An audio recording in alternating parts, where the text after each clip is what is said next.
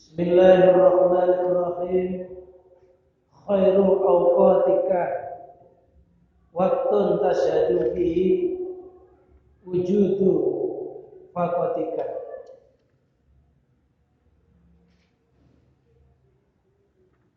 Wa turaddu bihi ila wujudi dillatika.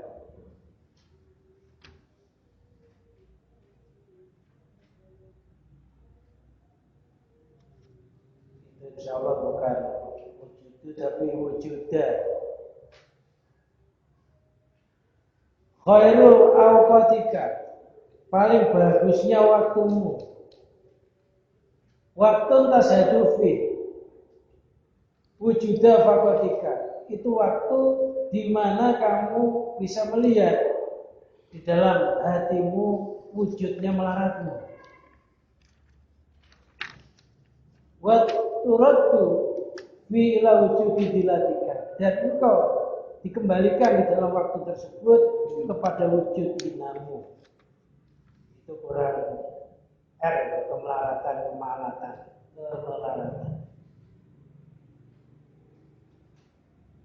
Khairu awqatika, paling bagusnya beberapa waktumu ayyuhal murid, wahai murid, as-shadiqu yang jujur.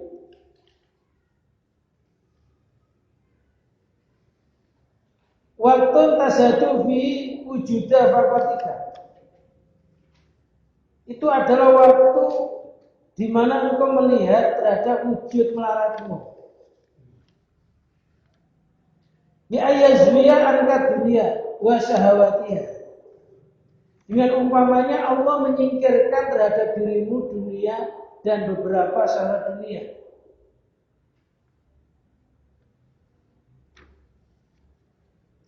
Wa turaddu fi ila wujudi zillatika, engkau dikembalikan di dalam waktu tersebut kepada wujud hinamu.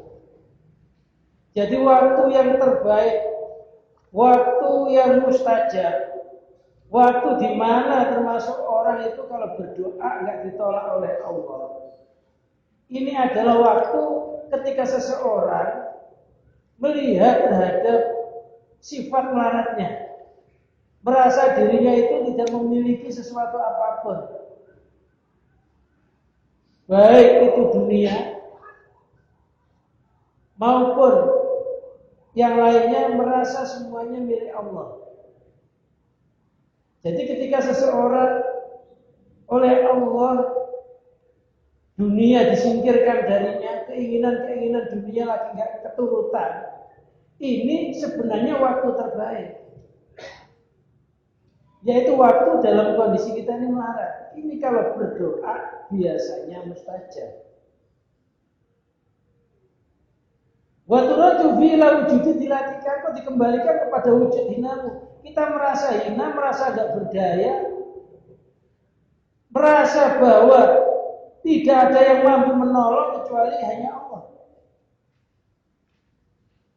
Di dalam keterangan lain, seseorang itu ketika menampakkan rasa melaratnya terhadap Allah, menampakkan rasa hinanya kepada Allah, itu kayak orang yang lagi tenggelam di laut. Di situ nggak ada seseorang pun yang bisa menyelamatkan. Pasti hati kita pasti hanya Allah, Allah, ya Allah, selamatkanlah saya. Ya Allah, tolonglah saya.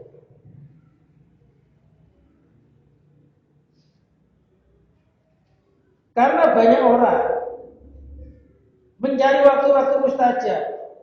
Ini biasanya dicari ketika antara adzan dan iqamah, antara maghrib dan isya, bukan waktu-waktu mustajab, antara sepertiga malam yang akhir.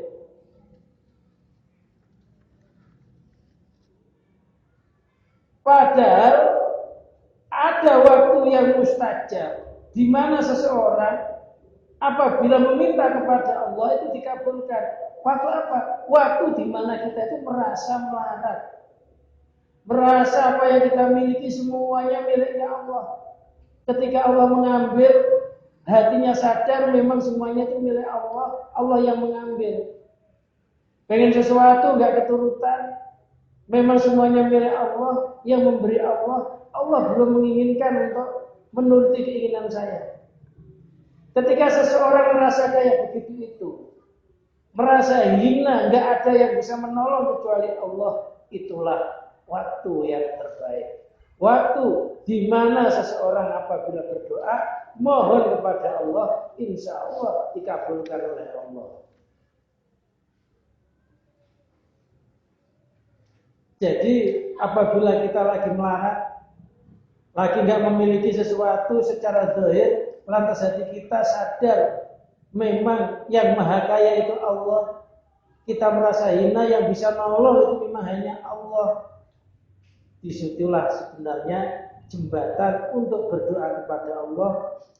Apa yang kita inginkan kalau minta, insya Allah dikabulkan oleh Allah.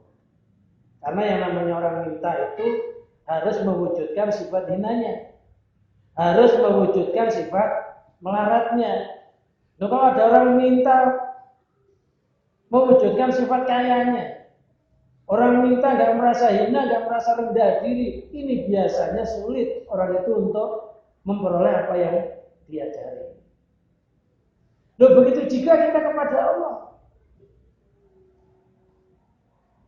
harus merasa melarat, merasa hina, yang maha kaya hanya Allah, yang maha mulia hanya Allah. Rasa memiliki kekayaan, rasa memiliki kemuliaan, ini jangan sampai hingga ke dalam hati kita. Karena itu adalah sifat Allah. Itu adalah sifatnya Allah yang hamba nggak boleh untuk mengakui. Walaupun secara zahirnya kita memiliki sesuatu, hati kita harus merasa itu bukan milik saya, secara hakikatnya itu adalah milik Allah. Allah berhak kapan saja mencabut terhadap apa yang saya miliki itu. Karena banyak orang tahun kemarin terdengar orang kaya, tahun sekarang ternyata runtuh kekayaannya. Tahun kemarin jadi orang mulia, tahun sekarang jadi orang terhina. Yang sekarang terhina, melarat, tahun depan bisa jadi dibalik oleh Allah. Wa tilkal ayyamu nudawiluha. Di hari-hari itu akan kujadikan hilir berganti. Jadi enggak usah susah. Bikasri dalnya fakrika artinya melaratmu. Wa inna makanat adi kharal awqat li wujudi hudurika fiha ma'arabika. Sesungguhnya menyaksikan terhadap sifat melarat kita ini, merasa hina, ini merupakan paling baik-baiknya waktu, karena di situ nimbul terhadap wujudnya hadrah kita kepada Allah di dalam waktu tersebut. Orang ketika kaya, sholat, berdoa, sulit untuk menjujurkan air mata. Ketika di PHK, anak nangis, istri nuntut, ini ketika doa, kadang-kala air mata bercucuran. Ya Allah, udah di PHK, istri nganggur, anak nangis, bulanan belum kebayar. Kadang-kala melarat itu bisa menimbulkan dekatnya kita kepada Allah, yang mana itu tidak dimiliki ketika kita ini kaya. Ketika kita terdesak, pergi ke temannya nyari pinjaman, temannya nggak minjemin, tetangganya nggak minjemin, saudaranya nutup pintu, akhirnya mau nggak mau kita digiring oleh Allah harus ngadep kepada Allah, mengadukan semuanya keluar kita kepada Allah. Kadang-kala di situ mencucurkan air mata. Cucuran air mata ini tidak dimiliki ketika kita memiliki sesuatu, ketika kita belum di PHK, ketika kita duitnya banyak, ini nggak bercucuran. Berarti itu merupakan nikmat yang besar, karena menjadikan hadrah kita kepada Allah.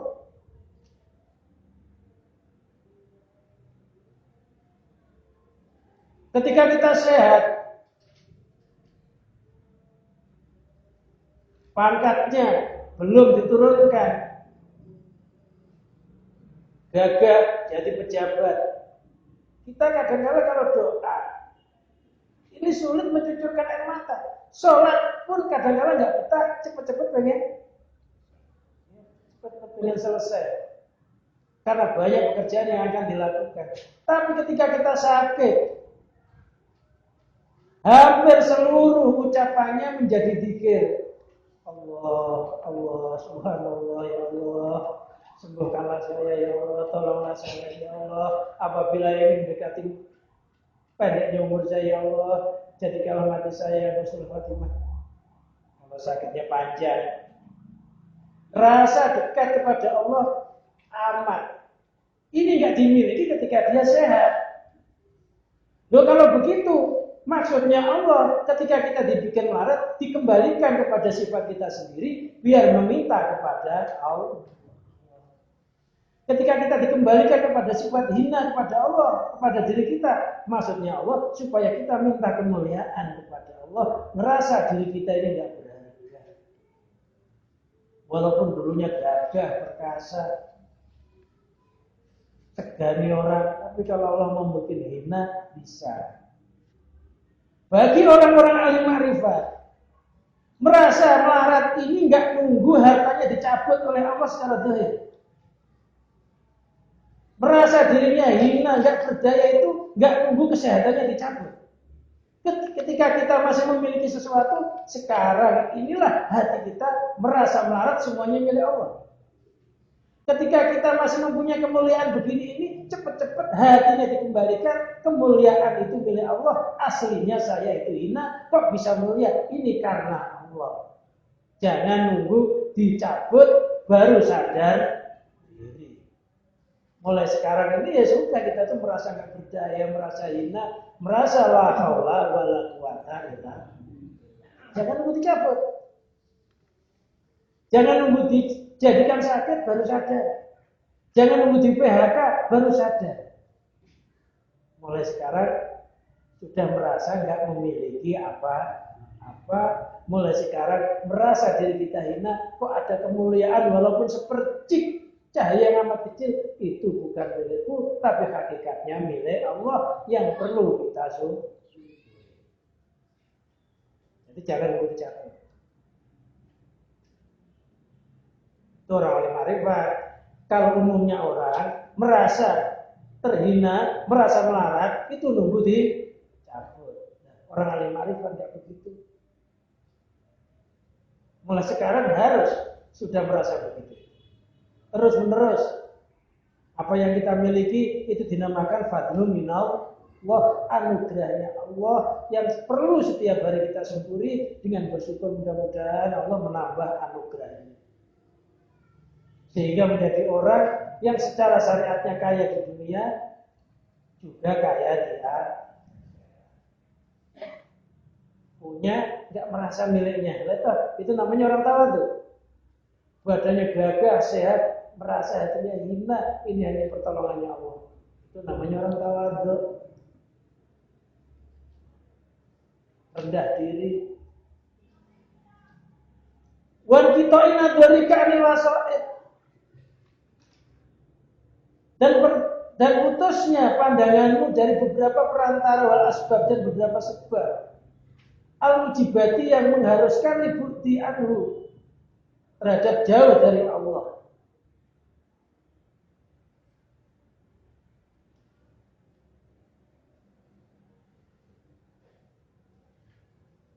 Ketika Allah menjadikan kita ini melarat, ketika Allah menjadikan kita itu hina, maka hati kita biasanya bisa hadir kepada Allah. Kita bisa melintasi pandangan kita yang biasanya kita terhalang oleh kerjaannya, terhalang oleh kekayaannya, terhalang oleh kesehatannya, yang menjadikan kita jauh dari Allah. Rintangan-rintangan itu oleh Allah kadang-kala dicabut secara zahir. Supaya apa? Supaya dia nggak memandang terhadap beberapa sebab. Biar hatinya nggak jauh dari Allah karena ketutup oleh duniawi. Bikhilafil watil ladzi tashhadu fi wujudah ginaka. Itu bikhilafi, masih ada yang salah aja. Bikhilafi bukan bikhilaki. Bikhilafi, bikholafi boleh aja, bikholafi juga boleh, bikhilafi.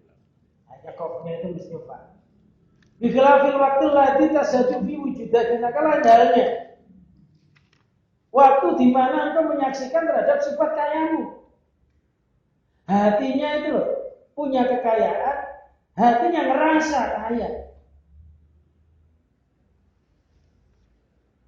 Wa izzika, dan wujud muliamu. Jadi oleh Allah secara zahir derajatnya diangkat, hatinya merasa dirinya orang yang mulia. Sehingga setiap jalan pengen dihormati oleh orang.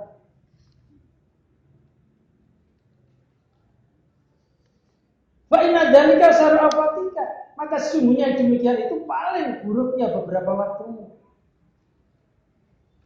Kita dikasih kekayaan oleh Allah, memandang wujudnya kekayaan itu milik kita. Dikasih kemuliaan oleh Allah, memandang mulia itu milik kita. Itu waktu yang terburuk di dalam dirimu. Apabila di dalam waktu itu engkau dicabut nyawanya oleh Allah, maka itu mati ya suul, mati dalam kebaikan. Nah ini kan persis Qarun. Qarun ini diceritakan orang yang melarat. Buat makan aja sehari-hari gak cukup. Anaknya menangis, kerjaan gak ada. Pakaian hanya yang nempel di tubuhnya. Qarun. Setiap hari berdoa agar diberikan kekayaan oleh Allah.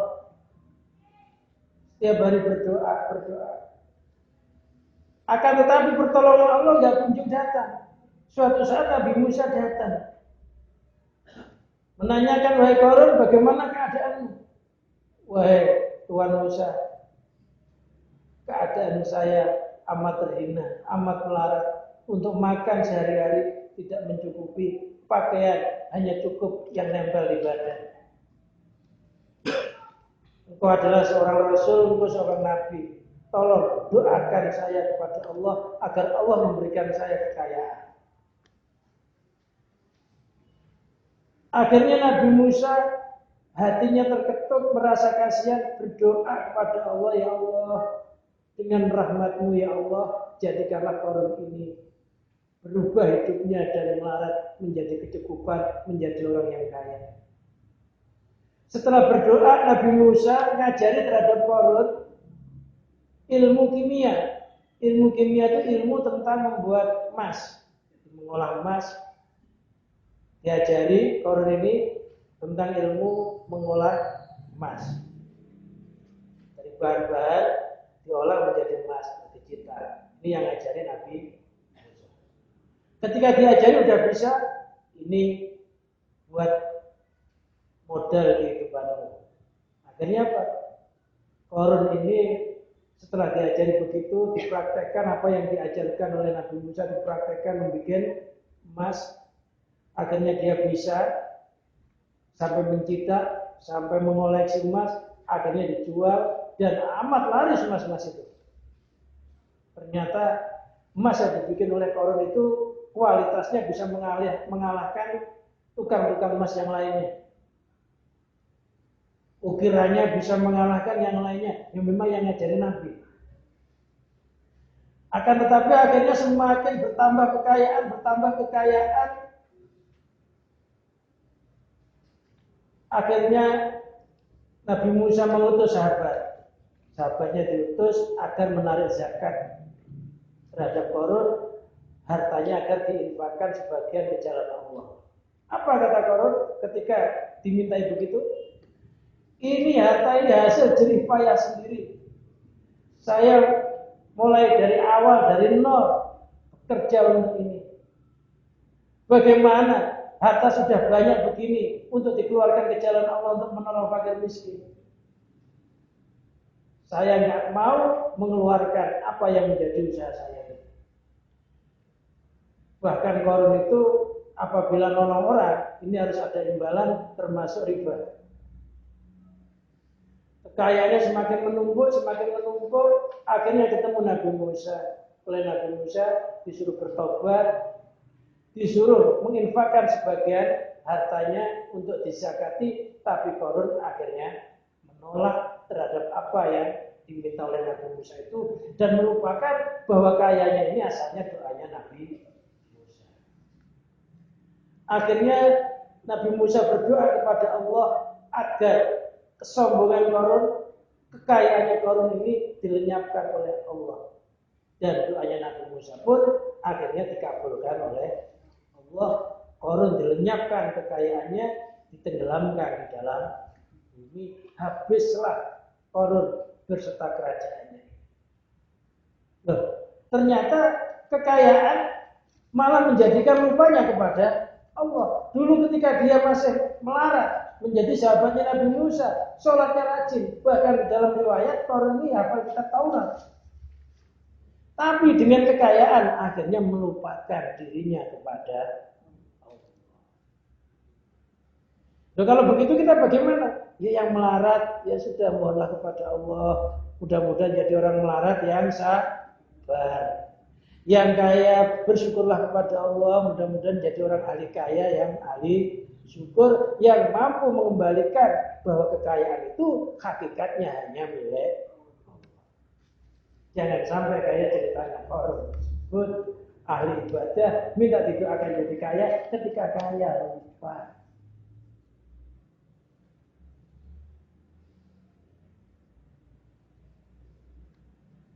Hukiyah atau Islami diriwayatkan dari Atta As-Sulami annahu baqiya sab'ata ayamin lam yadhub syai'an min ta'am.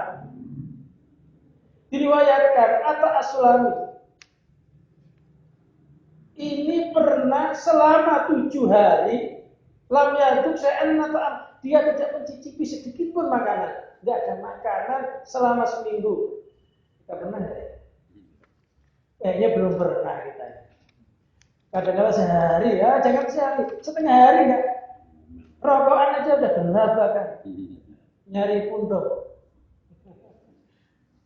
Ngerokok, padahal rokok itu makruh. Lu bahkan ada yang ngaramkan itu ada yang gelap. Enggak sampai kita ini, ya paling batas sehari enggak ada makanan. Itu pun kalau minjem masih dapat. Loh, Atta As-Sulami ini pernah di rumahnya nggak ada makanan selama seminggu. Kalau kita kira-kira apa ya? Ngeluh, nangis pada Allah. Apa? Walau yakin ala syai'in. Dan Atta As-Sulami nggak mampu atas sesuatu, maksudnya nggak mampu untuk berusaha agar dalam seminggu itu ada makanan, nggak mampu nyari usaha. Udah berusaha sana sini nggak dapat makanan, seminggu nggak makan. Fasara qalbuhu bidzalika, maka Rasulullah gembira hatinya dengan yang demikian itu.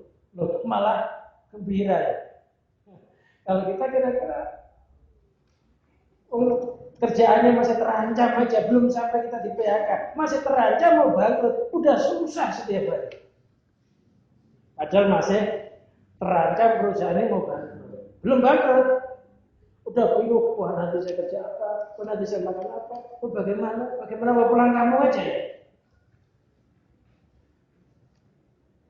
Belum kayak Atta As-Sulami ini nggak seminggu nggak makan, nggak ada makanan, usaha nggak ada ya. Didapati selama seminggu. Fasaro qalbu hatinya malah seneng. Wa qala dia berkata, ya Rabbi, illam tut'imni salasata ayamin akhir la usalliyanna laka al-barakatih. Ya Rabbi, dia Tuhanku, jika engkau tidak memberikan makan kepadaku salah satu ayam akhir 3 hari lagi. Udah seminggu kok sampai 3 hari lagi masih nggak ada makanan, ya Allah. La usolliyanna laka al-barakatin. Sungguh saya akan melakukan sholat karenamu Karena mensyukuri nikmatmu ini al-barokaatin 1000 rakaat. Ayo. Ada enggak? Ayo. Kira-kira Jakarta lah. Loh, seminggu gak ada makanan usaha gak dapat. Lo malah berdoa, ya Allah, apabila 3 hari lagi gak ada makanan, ya Allah, saya akan melakukan sholat untukmu 1000 rakaat sebagai ungkapan rasa syukur. Kita ini ngeluh bersyukur, gitu pengen jadi wali murid paling. Katanya wali sehari gak makan udah kesekan wali. Wali itu semakin melarat, semakin gak punya apa-apa, hatinya semakin riang. Malah syukur pengen sholat 1000 rakaat. Dan gak kira itu jauh ya sama orang dahulu ibadah kita ya. Wajiblah inna fathan al-musiliyah. Dikatakan sesungguhnya Syekh Fatah al-Musili radhiyallahu anhu. Raja'a lailatan labati, pernah dia pulang di dalam suatu malam ke rumahnya. Falam yajid asya'an. Ketika pulang di rumahnya enggak ada makanan yang disantap untuk waktu malam. Asya itu makanan ya bersalat bisa makan.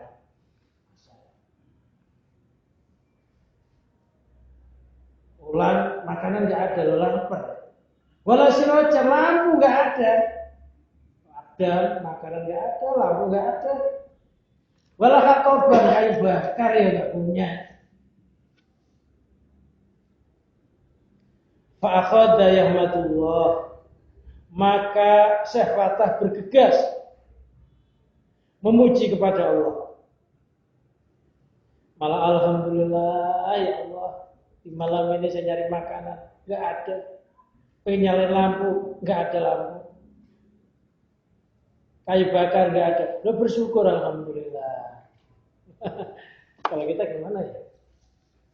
Kalau istri dimarahi, ampun mati ya.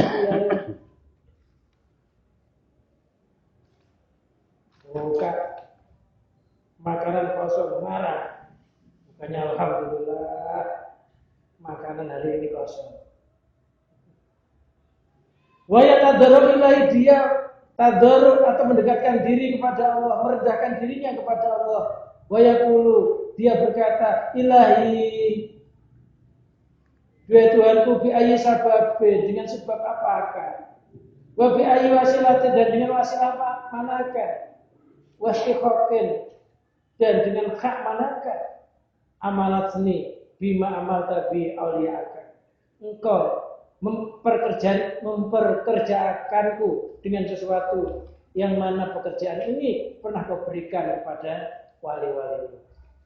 Syekh Fatah merasa Allah telah menjadikan dirinya kayak begitu, itu dia bersyukur kepada Allah, ya Allah, ini adalah sesuatu anugerah yang besar. Kok sampai engkau memberikan saya, nggak ada makanan malam, nggak ada lampu, nggak ada kayu bakar, ya Allah. Sebab manakah? Lantaran apakah? Hak apakah? Kok saya sampai dikasih anugerah kayak begini? Yang mana anugerah ini pernah kau praktekkan kepada kekasih-kekasihmu. Jadi bersyukur karena memang wali-wali Allah itu seringkali oleh Allah dijadikan kayak begitu. Nah ini dilimpahkan kepada Syekh Fatah. Syekh Fatah bersyukur karena Allah telah mempraktekkan dirinya kayak prakteknya Allah terhadap para wali-walinya. Jadi kita bersyukur ya. Bersyukur ketika lapar, alhamdulillah ya Allah, saya lapar. Rasulullah pernah 3 hari nggak ada makanan, perutnya diganjel batu, ya Allah. Alhamdulillah kau jadikan saya persis kayak nabiku, dan itu belum ada seberapanya ya Allah. Gitu ya. Bikin oleh Allah dipraktekkan kayak praktekin Nabi, seneng nggak? Tapi kita nggak mau, pengennya ya rumah itu penuh makanan ini. Pengennya ya ke depan duduk di meja kopi, rokok, makanan ringan gitu. Ke dalam belakang ya dapur ngebul, pengennya. Nah ini ya bukan Bukan oleh Allah biasanya begitu. Seandainya ngebul dapurnya itu oleh Allah itu karena ada tamu. Pengen menghindari tamu. Jadi kita ini masih jauh lah. Makanya kita ngaji ini paling enggak, oh ternyata ulama-ulama zaman dahulu sampai kayak begitu ya. Saya pikir saya sudah hebat ibadahnya. Bahkan dakwah Fudail bin Iyad. Begitu juga hal ini pernah terjadi kepada Fudail bin Iyad.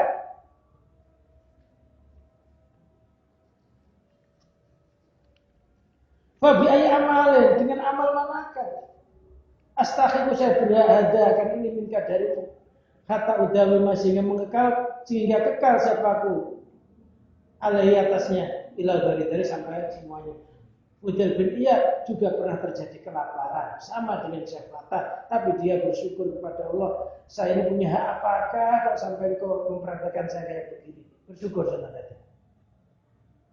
Merasa dikasih hak oleh Allah.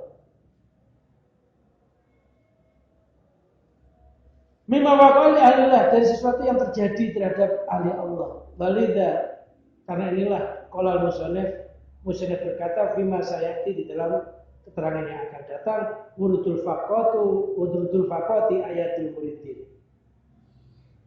muridi. Datangnya beberapa kemelaratan ini merupakan lebarannya para murid.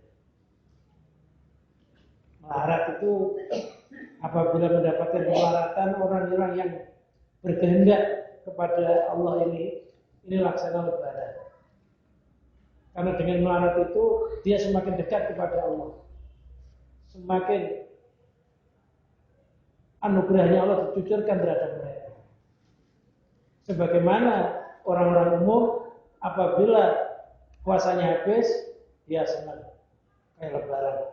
Tapi kalau orang-orang alilah ketika datang melarat, dia laksana lebaran karena bisa menghantarkan dirinya dekat kepada Allah.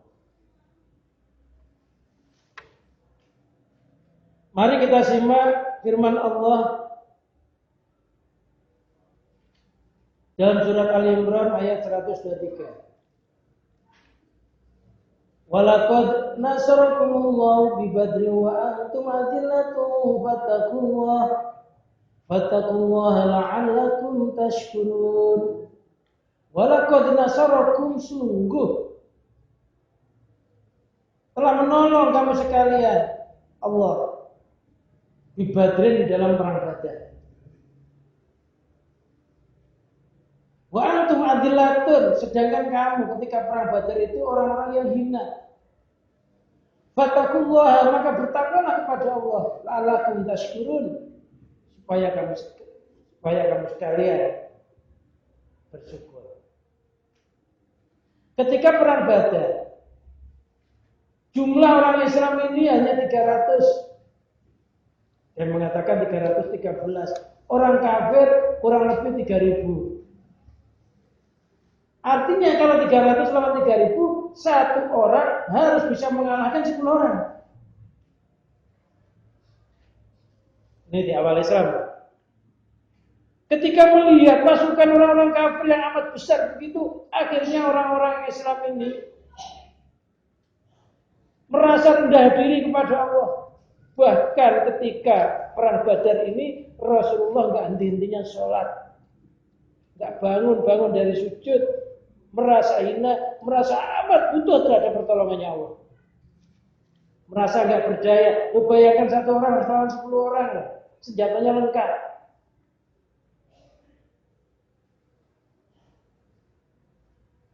Di dalam ayat ini Allah memberikan pertolongan dan kemenangan ketika mereka merasa melarat, merasa nggak punya apa-apa, merasa melarat, merasa hina, merasa lemah,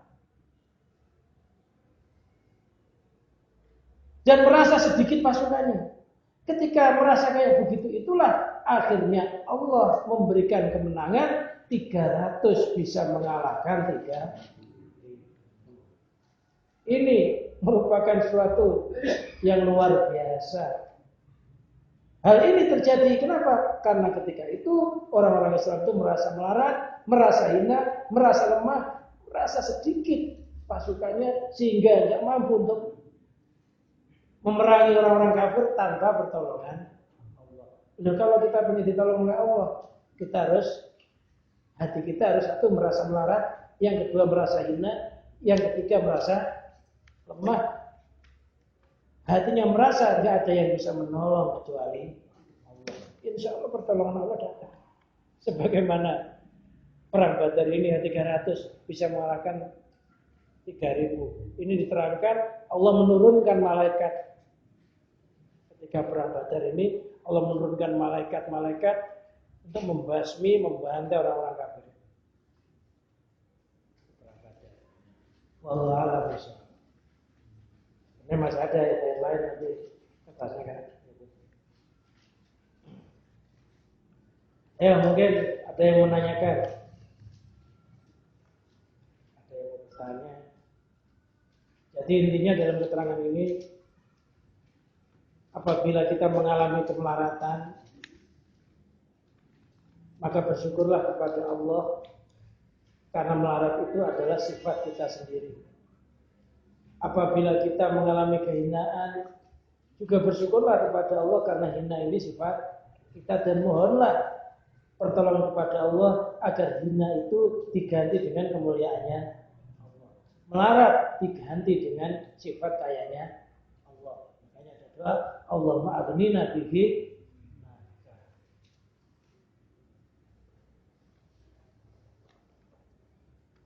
Ada doa perlindungan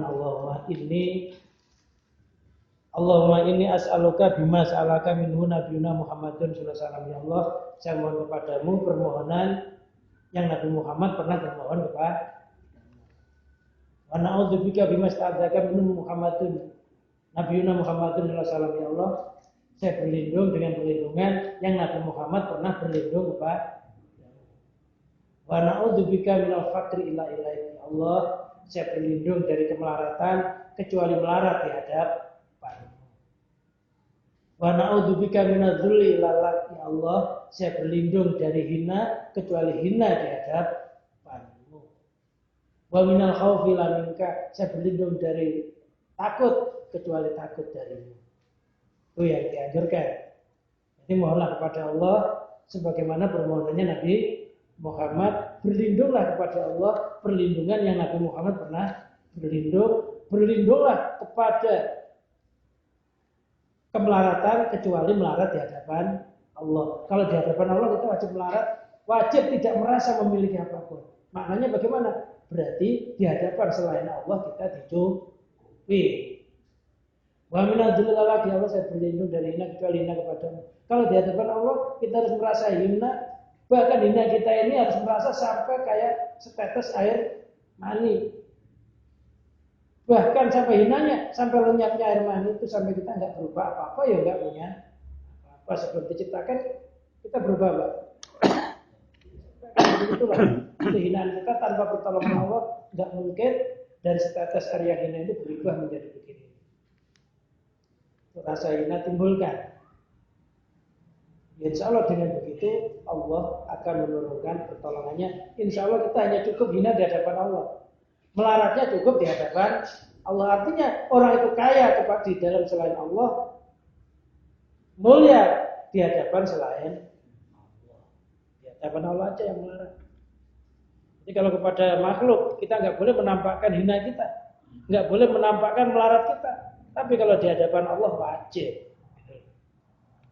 Makanya orang mukmin itu dikatakan orang yang gagah walaupun kondisinya melarat, karena melaratnya hanya di hadapan Allah. Ada yang nanya nih, itu doanya itu aja. Ya Allah, saya mohon kepadamu permohonan yang Nabi Muhammad pernah bermohon kepadamu. Ya Allah, saya berlindung kepadamu, yang mana Nabi Muhammad pernah berlindung kepadamu.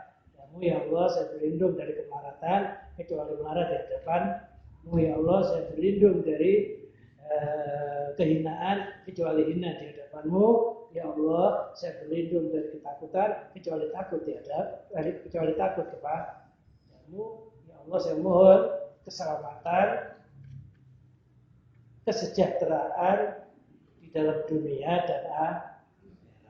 Nah, itu doa yang mencakup keseluruhan. Kalau nggak bisa bahasa Arabnya ya bahasa kita sendiri lah. Minta selamat, minta sejahtera dunia akhirat. Ya cukup.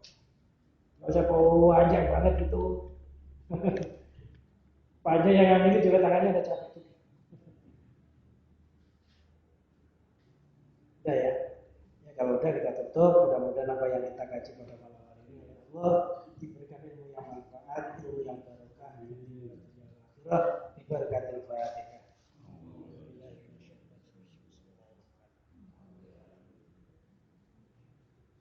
اللهم صل وسلم وبارك على سيدنا محمد سيد الاولين والاخرين وسادتنا الشرف الشريف اجمعين حمدا يوافي نعمه ويكافئ مزيدا يا ربنا لك الحمد ينبغي لجلالك وجهك وعظيم سلطانك اللهم انا نسالك السلامه والعفو والعافيه في الدين والدنيا والاخره اللهم انا نسالك بما سالك من نبينا محمد صلى الله عليه وسلم ونعوذ بك بما استعاذك من نبينا محمد صلى الله عليه وسلم اللهم إنا نعوذ بك من الفقر إليك ومن الذل إلى لك والخوف إلى منك اللهم اجعلنا من عبادك المتقين ومن عبادك الصالحين ومن عبادك العارفين ومن ورثة الأنبياء والمرسلين ومن أهل العلم وأهل الخير ومن أهل الاستقامة ومن أهل حسن الخاتمة اللهم اجعلنا من الشهداء المقبولين ya Allah jadikanlah kami orang-orang yang bahagia yang diterima amalnya wala taj'alna minal asya'il marfudin jangan kau jadikan kami orang-orang yang celaka yang tertolak amalnya waj'alna minal aghniya'i syakirin jadikanlah kami orang-orang yang kaya yang ahli bersyukur wala taj'alna minal fuqara'il ladzina yakfuruna la ni'amika qalilun kasir jangan kau jadikan kami orang-orang yang melarat yang mengkufuri nikmatmu sedikit dan banyaknya Rabbana atina fid dunya hasanah wa fil akhirati hasanah wa qina adzabannar sallallahu alaihi wasallam Muhammadin wa ala alihi washabbihi wa barik wa sallim wa akhiru da'wana alhamdulillahi rabbil alamin assalamu alaikum warahmatullahi wabarakatuh.